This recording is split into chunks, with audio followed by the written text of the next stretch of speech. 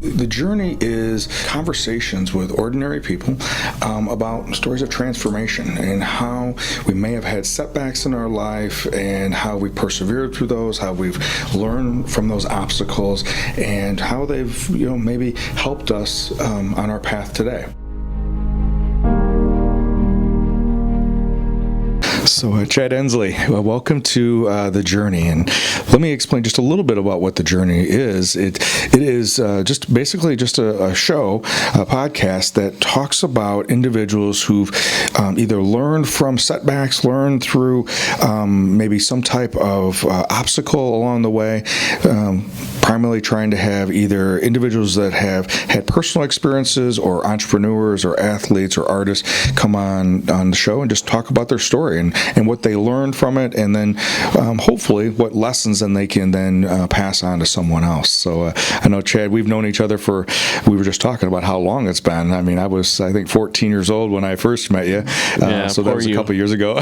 So Chad, I know you have a family, you have a business. What do you do for fun when you're not working? What does Chad do for fun? For fun, my wife and I love to travel. Okay. And luckily we're able to. Okay. When we weren't able to, we just found activities, tried to get involved with community stuff, went out looking for different things to do. We love the food scene. We're big, I'm going to use the term foodies. Sure. But there's a lot of background there with me and with her with food. My wife's German, so she's got a wide span of likes and dislikes. Not many dislikes like me, but we try everything. So we're always looking for the best restaurants around. And well, I think one of the last times we had gotten together, just a kind of an impromptu meeting, we were met at DeTulio's, and you were doing some project with them. What was it? I can't remember what it was. It was an Italian ice cream, was it? Yeah, gelato. I, for whatever reason, like to collect cooking equipment, and so I have some equipment at Alchemy's and gelato machine in the oven, and then Anthony, I was trying to help him, with kind of my passion is to help other companies become successful, and it really was something that I had in a warehouse up in Madison, gelato machine, and I said, why don't we just get it, and I'll teach you how to make gelato, and you can do it in-house. So he was excited about it because being the Italian he is, he wants everything to be perfect and very authentic. So now he's making his own in-house gelato. Nice. And he's pretty excited about it. Nice. Well, and he's now been doing this. It's probably at least 6 months now, right? Oh, a couple of years. Oh, has it been a couple of years? Yeah. Oh, okay. I thought so. When we were there, I just was there to help him get some stuff done that day. Oh, okay. Yeah. I was thinking that he was just starting the project at that time. Yeah, no, it's about a year and a half into it now. Gotcha. Okay. So that's great. All right. Yeah, I know that he. It seems like a lot of people talk about his restaurant, and it's a nice niche. Yeah, very much so. Rockford should be happy to have these kind of non-chain places, and it's a great cafe. Yeah. So Chad, tell us a little bit about your, for the listeners to get a little bit more a story of who you are. I know you've been here in Rockford, in the Rockford area, your entire life, but tell us a little bit about, you graduated from Guilford High School. Okay. And I do want to take a minute and say, it has been a long time of knowing you, Kevin, and I appreciate you having me on the show, and kind of looking forward to this journey that we're going to go on today. I was a graduate of Guilford High School, started in the McChesney Park community, went to the Harlem schools, and my last year I switched over to Guilford High School. And for various reasons, and finished off my high school degree there, and then went from there and worked for my dad since I was probably about 14 years old. So he used slave labor. You don't call that slave labor when it's your own child. Right. But he taught me the ropes of being an entrepreneur and kind of got that niche there. And he was in the automotive business. He had gas stations and service stations, and that was my first push to entrepreneurship at a very young age. Really talking him into doing this at like 16 and a half. I had some money already saved up, and I started an auto parts business with my dad. Okay. And we went into partnership, and I opened up a auto parts store, Ernie's Auto Parts and Repair. So I was the parts side of it, and I knew he was going to be my best customer. So it was kind of a win-win for both of us. Right. He got parts at a better price, and I was able to service the community with parts. Okay. And then I started my journey. So I guess that part of it, I guess I didn't remember that, but that was right about the time. So you were doing auto service. I remember that. That was on North Second, and then the auto parts. That was your portion of it. Yeah. Okay. And so that was kind of like a more of a natural fit. And so before we jump on to the other aspect, what was it like growing up with your dad being an entrepreneur, dad having a small business owner? What was that like growing up in that arena? What I remember is, besides the financial struggles, and as you get older, you just realize, wow, they're going through a lot, and he was doing pretty well as a guy who didn't have any education, any high school diploma, and just hard work and all the integrity in the world. I mean, people. That's probably the biggest thing that I ever heard and I learned about my father was how honest he was. And that was something I knew that I had to carry forward. And I was not going to veer from that. In my life, I saw what benefits it had. And there's one story that I remember is a guy moved to this community, and his car had broken down on his way into Loves Park. Okay. And he really had broken down, and they had to push it into my dad's parking lot. So what normally happens in the industry is people start licking their lips and going, well, we've got a guy that has to pay us through the nose. And he was stressed out with money. This guy, Dick Miller was his name, and he was very nervous, and came up to my dad, asked for help, and said, I don't know what's wrong. And he's like, all right, why don't you leave it here? We'll get you a ride home. And he's like, I don't even have a home yet. We're just working to find one. He goes, well, I'll give you a car to use. And they left and came back 2 days later. And my dad said, well, it's going to be $32. And he's like, what? He's like, does it run? He goes, yeah, it runs. He goes, yeah, it was something, fairly simple. It took a little bit of time, but, that's what it's going to cost you. He's like, he couldn't believe it. And he just, from then on, he's like, how does this even happen? I come in, I'm completely, that I'm at your mercy.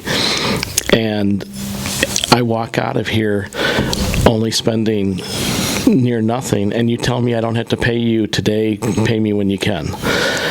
And that person told me this story probably maybe 25 years later. And when my dad was ailing and not doing well.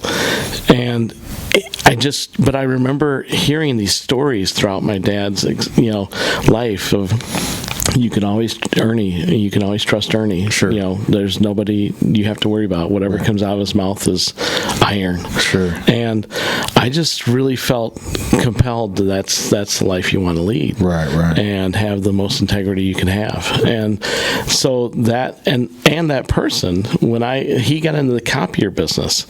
So when I got into business, I needed a copier.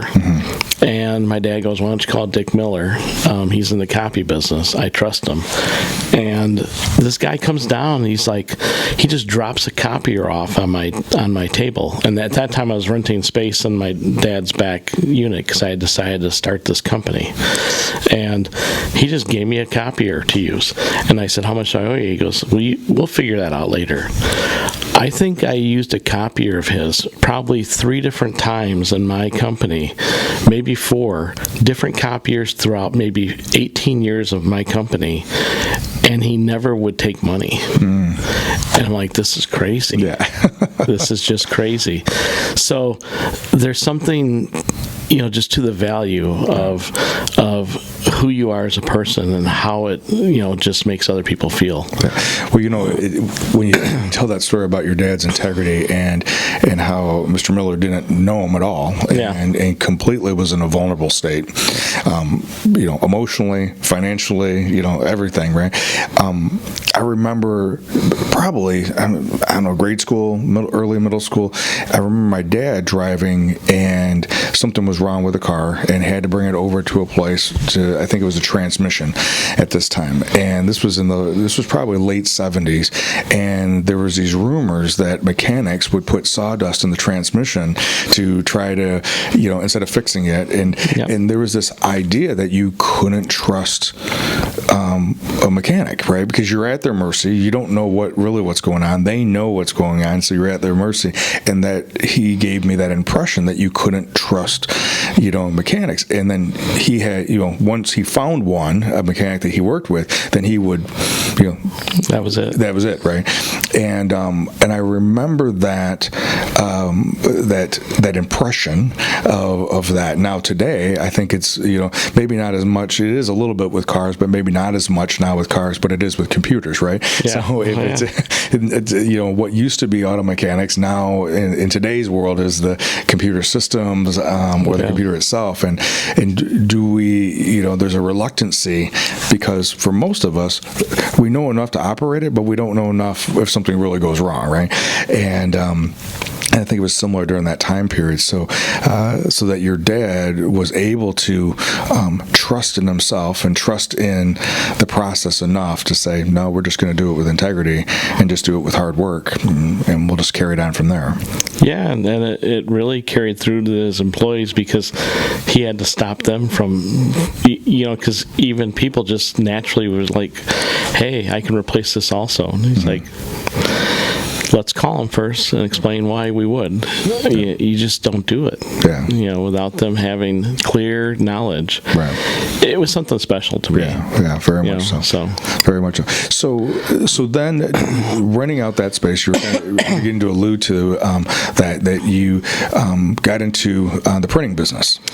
And so tell us a story about how you, because I clearly remember, early on at least that part of it. So tell us a little bit how that all came about. It's a little interesting. I was getting burned out in the parts business, and the reason why is I think what tripped my trigger was I actually went out and changed a headlight for someone, and this guy and I went out in the parking lot. He bought a headlight. I went out and changed it.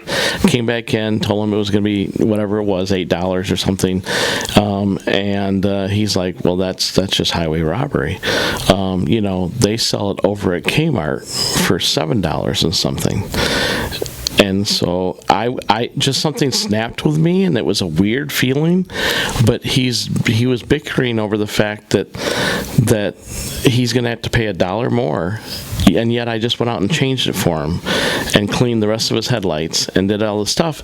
And I thought, this is not a business I want to be in. Mm-hmm. They don't appreciate the service level that I want to give as a person. So I took that opportunity to go out and put his old headlight back in. I said, I'll be right back, sir. And I came back in, put the new one in the box. I said, have a good day. And he's like, would you just let me have the headlight? I said, no, I put your old one back in there. He goes, why would you do that? And we had this argument. I said, well, I seem to have upset your day. Don't want that to happen. You seem to want to go to Kmart. You might want to buy a screwdriver while you're there. it's this kind of screwdriver that you need with a hex head on, and so you need 3 different kinds of screwdrivers. So, no problem. And by the way, I did leave the clip that I put in there, the spring that you're gonna have to buy over. You would have to buy over there, but I had given you one. I left it in there. It's a new one, and good luck. And I looked at my dad and I said, I need a break. And so he collected cars, and that's one of the things that he loved. And so he had a Mustang out in California sitting at a friend's house. And I said, why don't I go out and get it and take a break?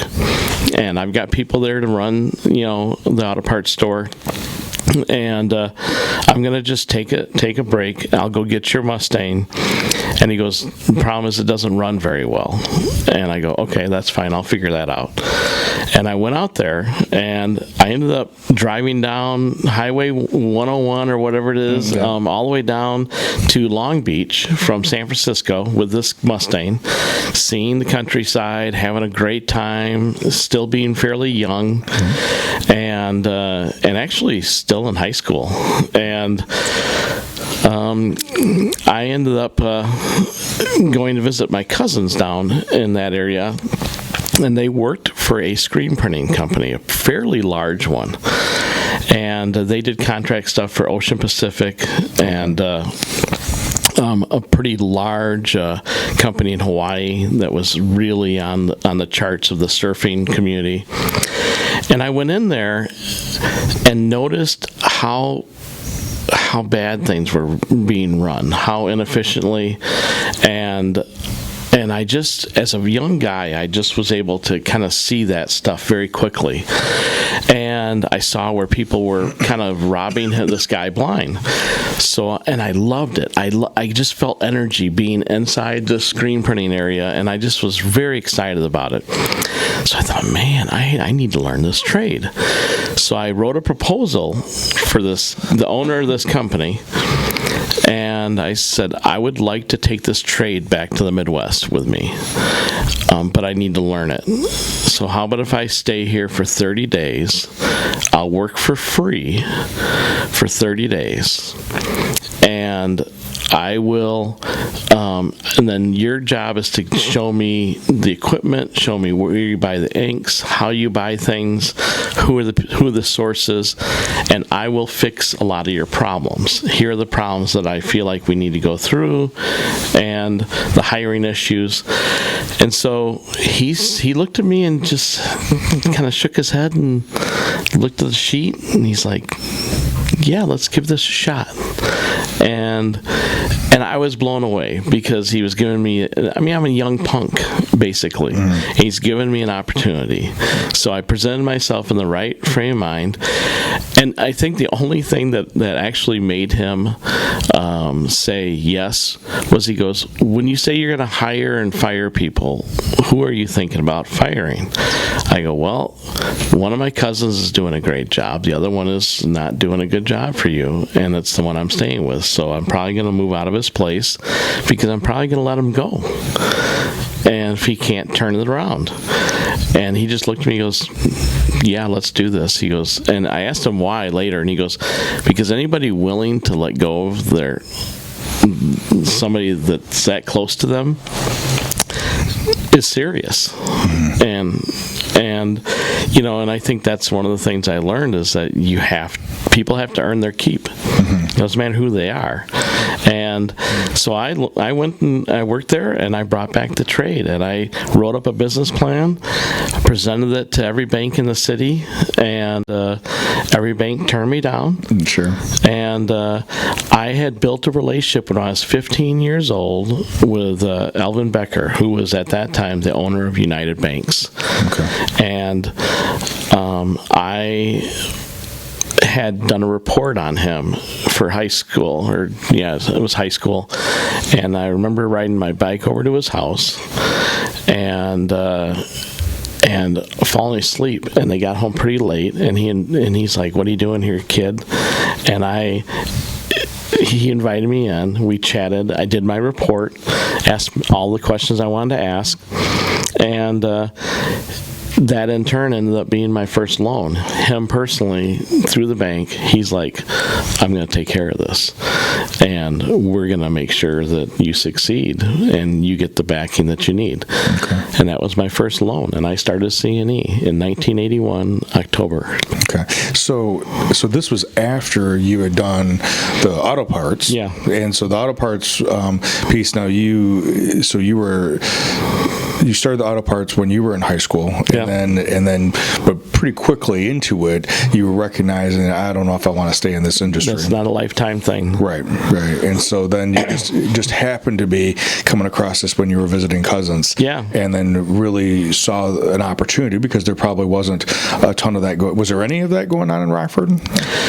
There was. I found out later there was a little bit of it, not much. Okay. I was quite surprised, but it was more of a kind of a vibe of like surfer kind of feel. Yeah. And screen printing was not a thing that people were just opening up screen printing shops. Right. And first of all, souvenir T-shirts weren't Midwest driven. Right. And that's kind of where the biggest area was. Yeah. Because I'm thinking of Tom Harmer, who did stuff for like sports teams, and they became my first and biggest client. Okay.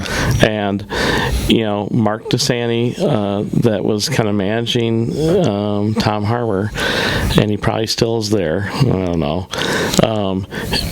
They were doing all their team gear through us, and the one thing that the biggest fear he had is he wanted to do it outside of Rockford, because his thought was that if I do it outside of Rockford, those people won't chase down my clients. And his big fear was always, he talked to me over and over again, Chad, I'm very scared about doing business with you, because I don't want to lose my clients. And if I have companies come to me and whoever they are, or baseball teams, you can go direct to all these people and take my business.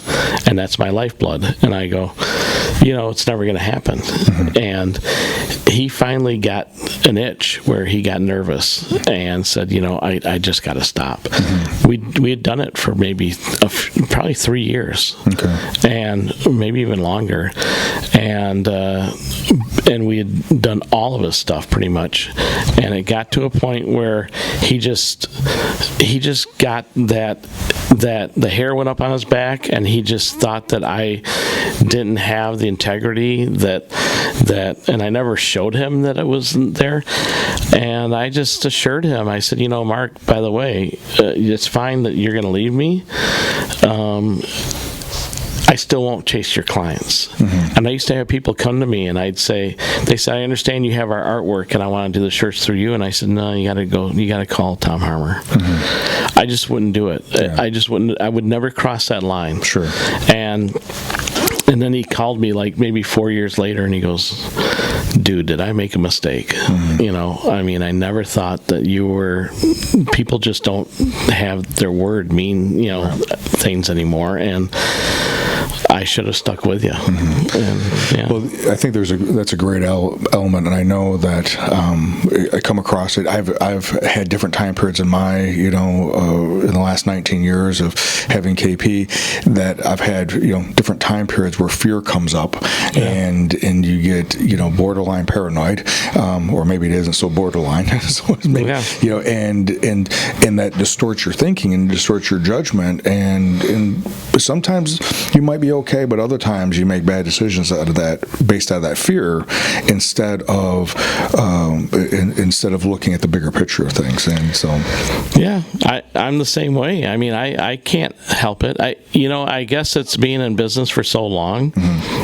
I expect people to operate like I do. Mm-hmm. And I have this weird sense that that people are going to do kind of what I would do. And my wife keeps telling me, you need to, first of all, not get upset about it, because people aren't you. And if people want to, I'm just going to use the analogy, just screw you over, you can't do anything about it. Right. And I've had it happen quite a few times. Sure. Yeah. And it's because, and it's frustrating to people around me that you let it happen. We told you, and it just happened recently, even with an employee that it just really hits you hard. Yeah. And you own it differently because you just can't understand it. It's hard to process it.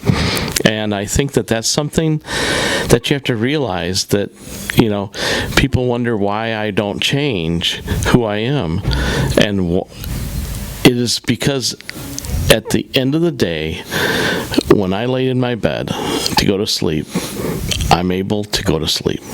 And I don't have any of those issues on my plate. I don't have any, buddy that I've taken for a ride. I just feel pretty clean about that. And I think there's something really relaxing about that scenario. And I don't know how some of those people sleep, but they probably do.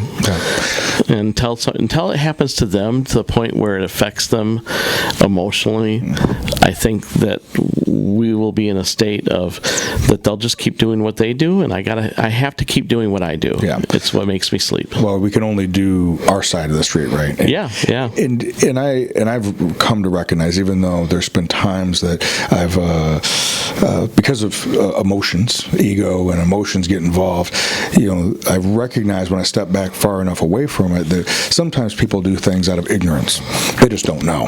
They just don't understand the industry. They just don't understand, certain aspects of it. They just do things out of ignorance. Even though it hurts, I can recognize that and see the bigger picture with that. When someone does it out of malice and it's a malicious intent, that's a different thing, and that's kind of like what you talked about. The hair and your back starts standing up, and you get into that fight or flight mode, and then start becoming really guarded. At least I do become really guarded. But I've had that with employees, key employees. It's time for them to move on and do something different. As long as it's done with integrity, I can give my blessing. Yeah. If it's not done with integrity, if it's done, out of fear, done out of, and then they, do things less honest or whatever is going on, then it's hard to trust. How am I supposed to know what's, and some of that is maybe out of that ignorance. Other times it has been malicious, and then then I have a different, obviously I have a different response then. But I still try to stay who I want to be, so I can sleep at night as well. Yeah, we got to walk, like you said, and be on our side of the street. Every day we have choices, and I think that, I remember going through. I probably have read more books and whatever they called self-help books, and things to try to improve your business, but. I remember one guy just over and over saying, there's this line in the center, and if you continue down one line, you get to the end, it's like you're dealing with this area of just anger, and it's just eruption, and the other line is just silence. And you try to stay in that middle of where you're just, you're not overly talking, and you just kind of stay calm. And yet, it is a very fine line. And I find myself, just having some trouble accepting some people's behaviors. And I now get counseling. I'll call you periodically and bother you. I'm just waiting for the bill someday. And yet you get people that you trust and that might be mentoring you, and you can go and ask them these frustrating questions. And my wife is a huge support system. She's really fantastic. So I think people need to realize they need other people.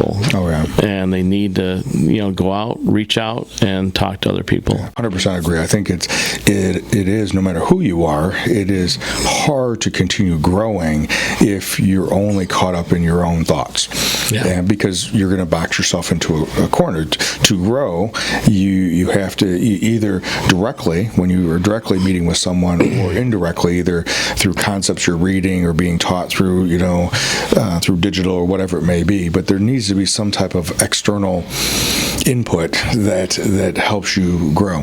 I want to go back a little bit, and I remember Ty, your cousin, going over to the shop and seeing this huge contraption in this. I think it was a 4-color print. There was these 4 different arms, and it looked to me at that time just this huge monster of a thing. And watching it, watching the process of making these figures. So that was my very first exposure to screen printing, right? Yeah.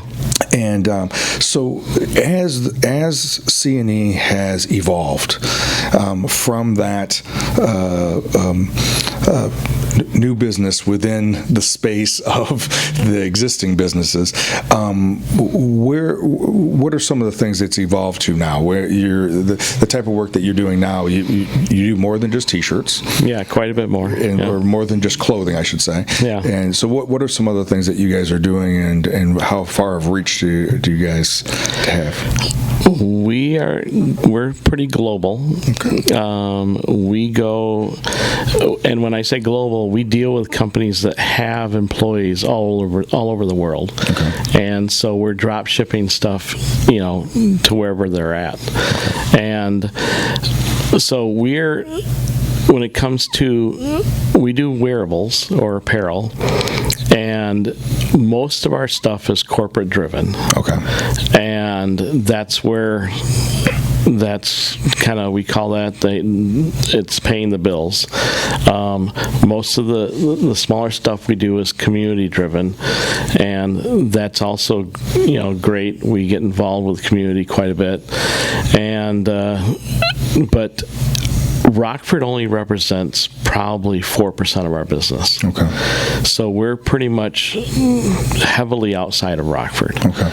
And we also do, we call it the ad specialties, promotional products. Think of it as anything and everything that gets an imprint on it to help companies brand their image. Yeah. From a coffee mug to a pencil to a pen, to anything at all that allows them to brand who they are. We help them with that journey of creating that impeccable brand and having it speak to their end user. Okay. And we're not an ad agency.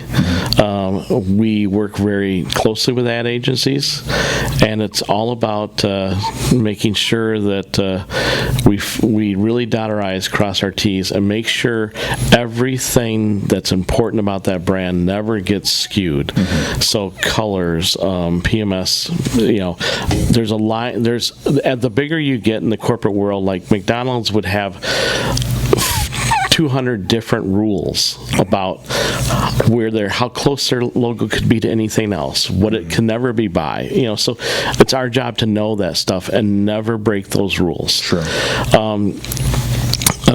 But then we also get involved with hard goods.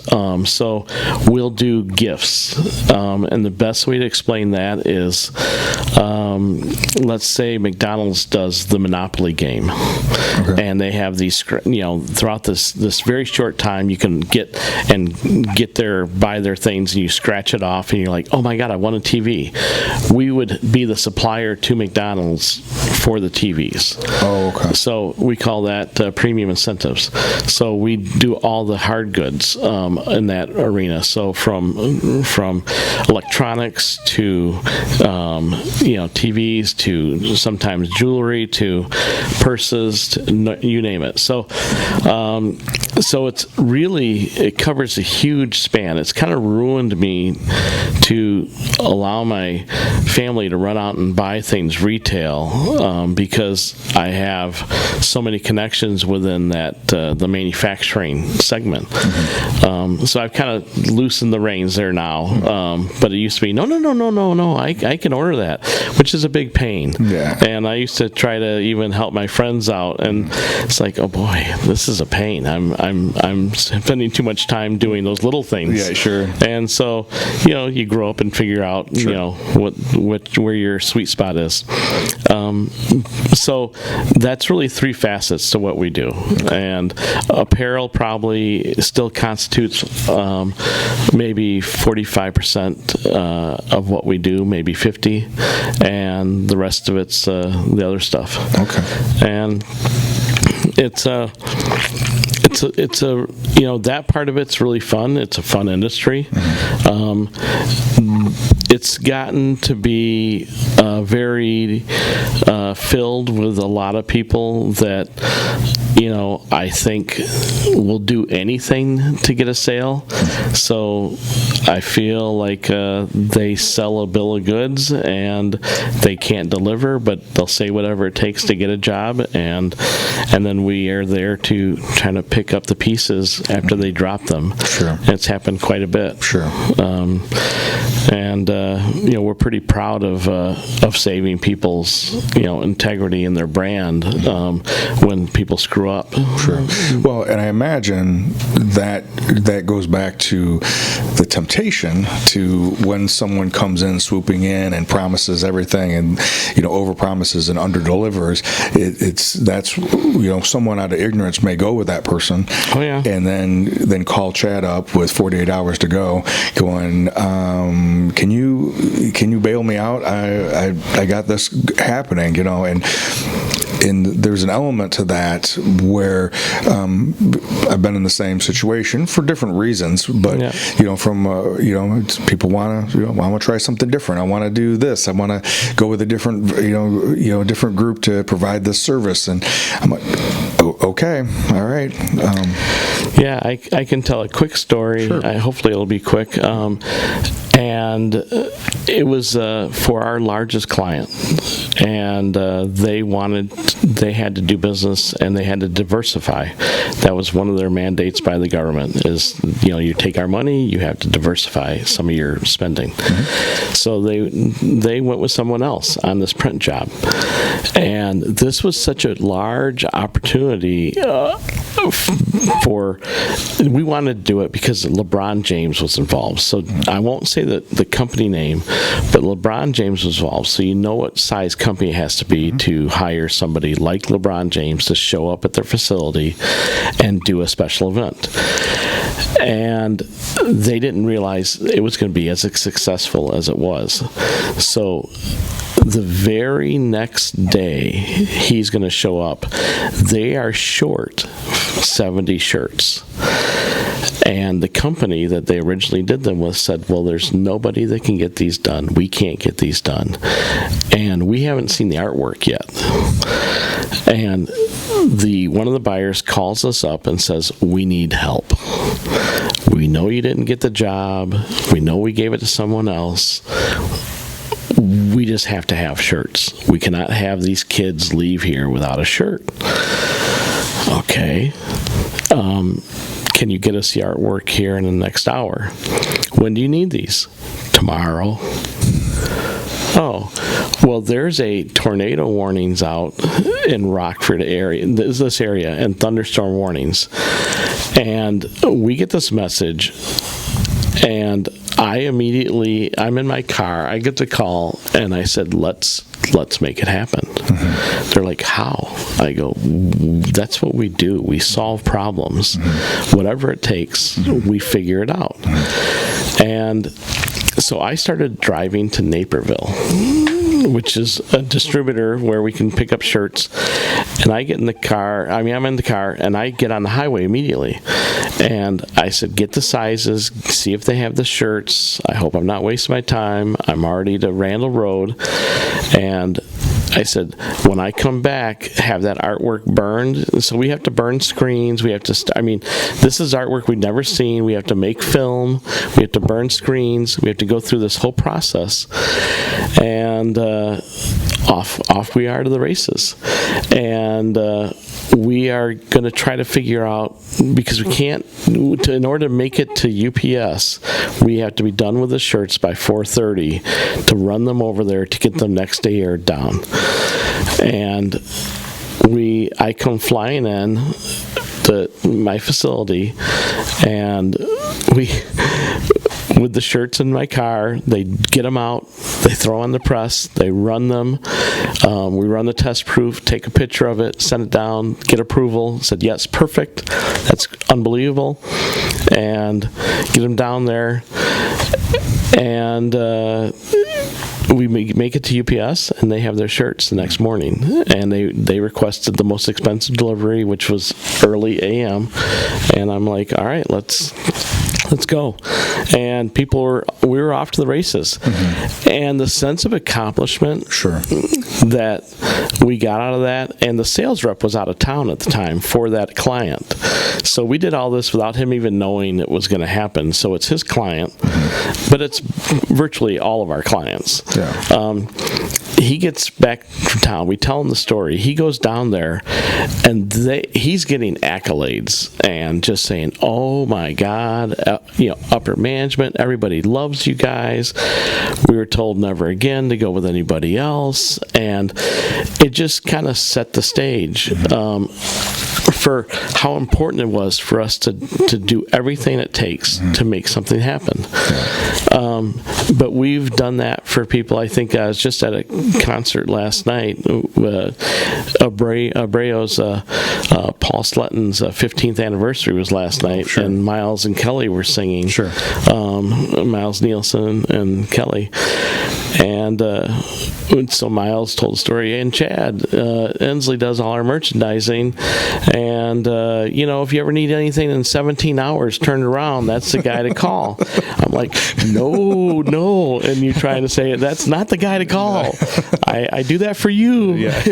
He's like, And, but it does make you feel pretty darn good when you make something happen that you feel like almost nobody else can make happen. Yeah. It's interesting. I just recently was listening to a podcast, Entree Leadership, and they told a story about FedEx and how they were, at the beginning, they were struggling with making this concept work and about delivering, and they were on the verge of bankruptcy.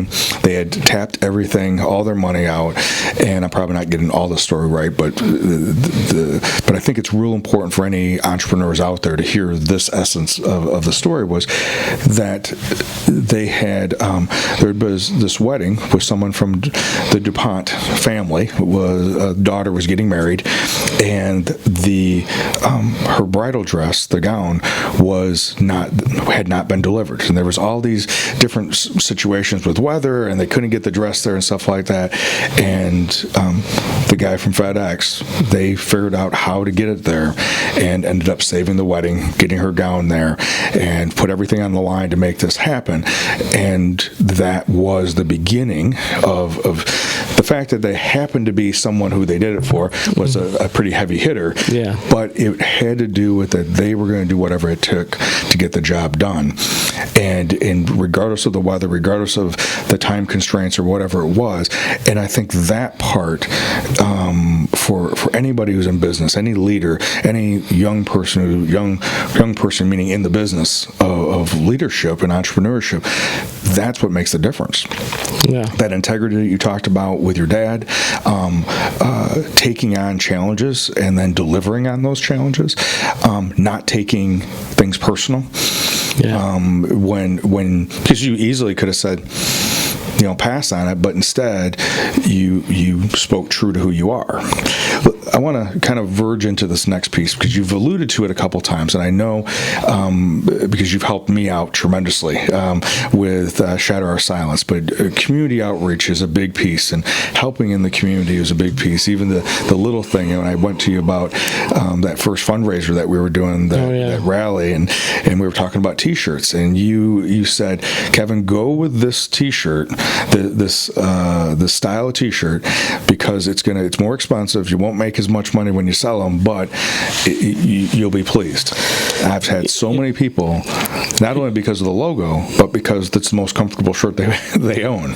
Yeah. I think that so many people make the mistake, of where they place what we do as a commodity, and really, to me, a T-shirt is might be as basic as what you might think, but there's something special about something you want to wear. And it can either end up in a garage sale or end up on somebody's back. And there's no better advertising than somebody wearing something for 3 years and having it still look good and have them feel good about wearing it.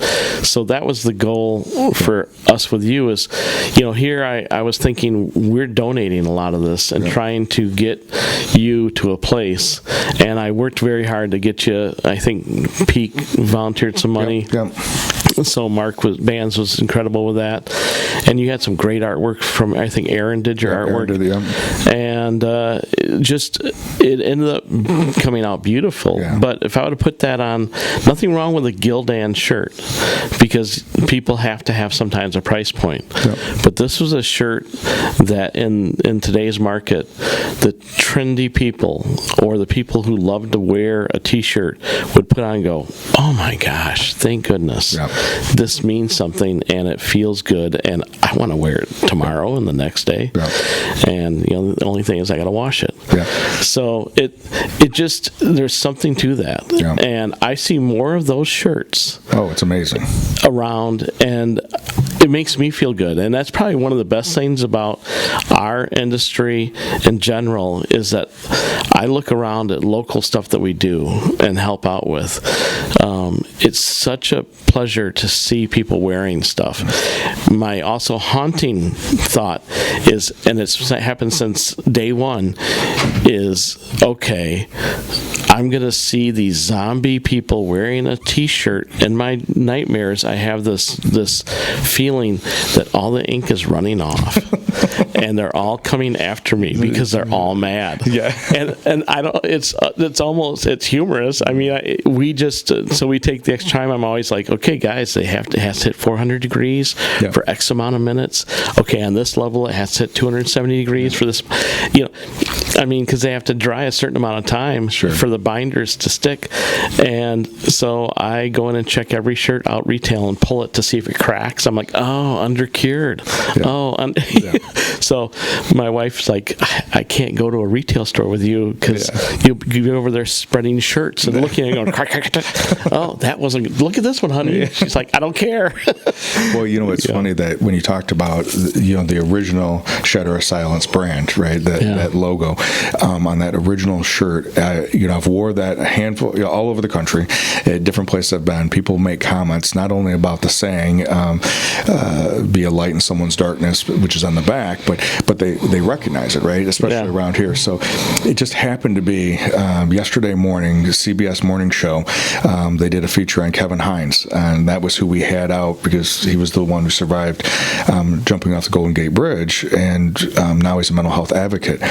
Well, we were working with having him come in and speak to the local business leaders at Rock Valley, and while they were doing Kevin's photographer were taking pictures. Well, Kevin was on the morning show yesterday, and I had my SOS shirt on, and I had people contacting me because all they did was see the back of the shirt and my ponytail, I think I just saw you on the CBS morning show, and I'm like, and I was up at the lake, and so I didn't know what they were talking about because we don't get cable up there, and I was like, what are you talking about? And so then later I find that someone put it on Facebook or whatever. That's great. But it was about that recognition, and I think you're 100% right.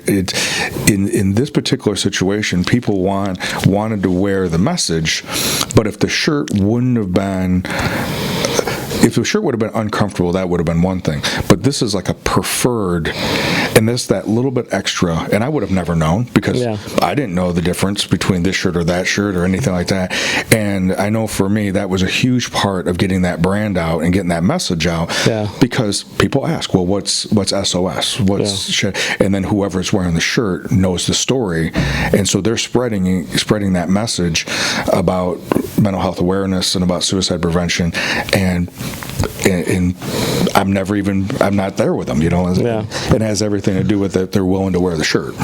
Yeah, and you mentioned getting involved with the community. For me, since 1981, when I first started the company, I wrote down, some values, some things that that I was going to start C&E and why.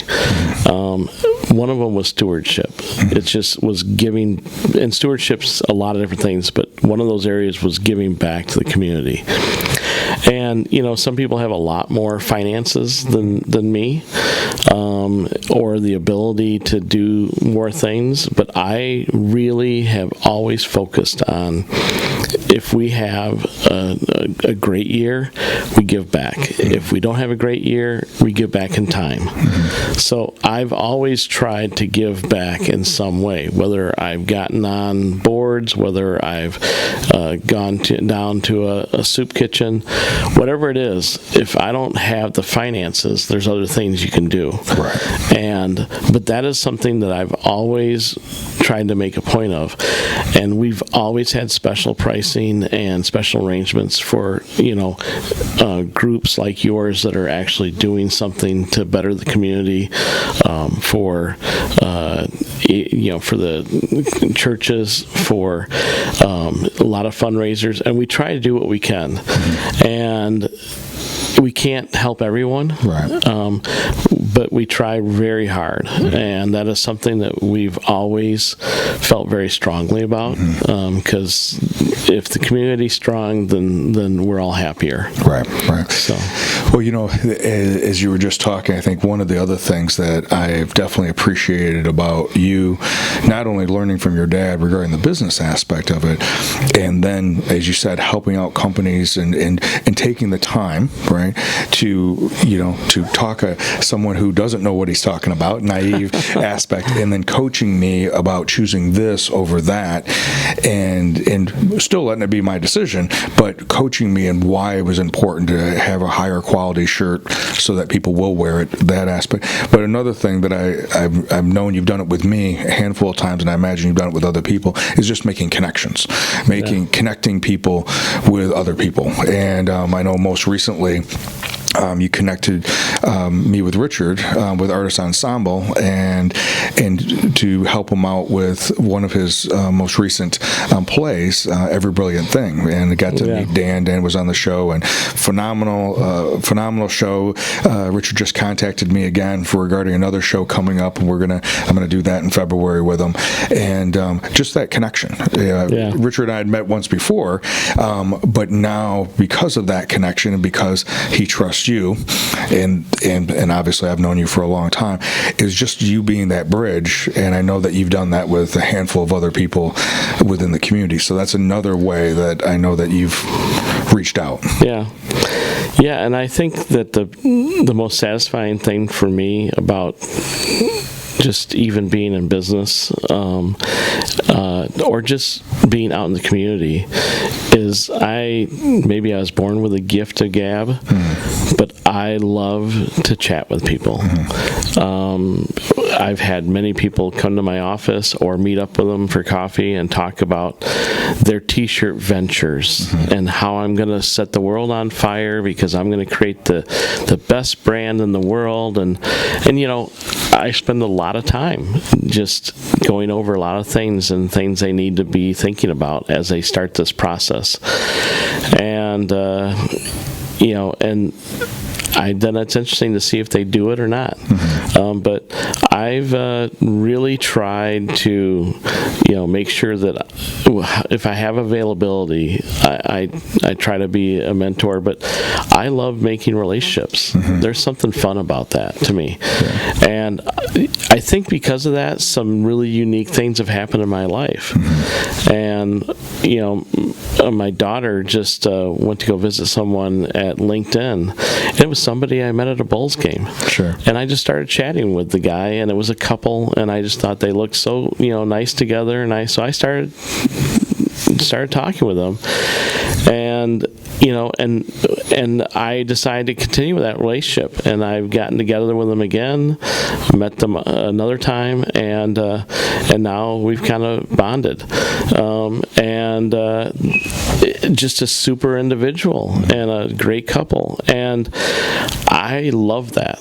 And if I was going to have my ultimate career and money didn't need to be a part of it, I would love to be a personal concierge. Sure. Just because I like to make experiences happen. Right. So for me, that would be my ultimate job. Well, I think as you were telling kind of the story of C&E and how that all began, and what you learned from your father, not only about integrity, but that integrity led, with that original story about Mr. Miller, to a relationship. And that relationship will be able to withstand mistakes, will be able to withstand fear, will be able to withstand a lot of things, because integrity allows the relationship to happen. The relationship then allows us to actually make a difference in our community.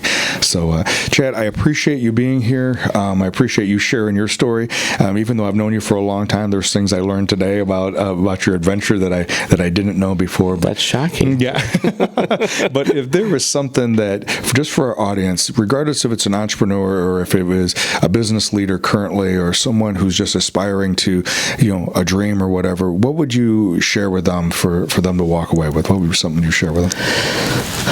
I would tell them to always remember that how they present themselves, and make sure they choose something that they can walk the walk, and always try to achieve something that's going to let them sleep at nights. To me, that's the most important thing. Live your life to the fullest. It's a lot of hard work. I don't care if you think that somebody's been handed a silver platter. They haven't. There's a few individuals, maybe 0.1% that get that lucky. But if you want to be successful, you need to put the work in. And so be diligent, be hardworking, and make sure you can walk the walk, and don't cross lines you can't come back from. Yeah. Chad, I appreciate. And I appreciate it. Thank you very much. I know you haven't been feeling well because of you got caught up with some flu, but I'm glad you were able to make it here this morning. Well, it's only your problem if I get you the flu. So that's true. I appreciate it. Chad, thank you. Thank you. So thank you very much for joining us today. As Chad mentioned about how for him as a business leader, as an entrepreneur, that for him what's most important is for him to be able to be with integrity within himself and be able to be true to himself so that he can sleep at night. If we all can keep that in mind, I think we'll make better choices during the day. Thank you very much. I will see you next week.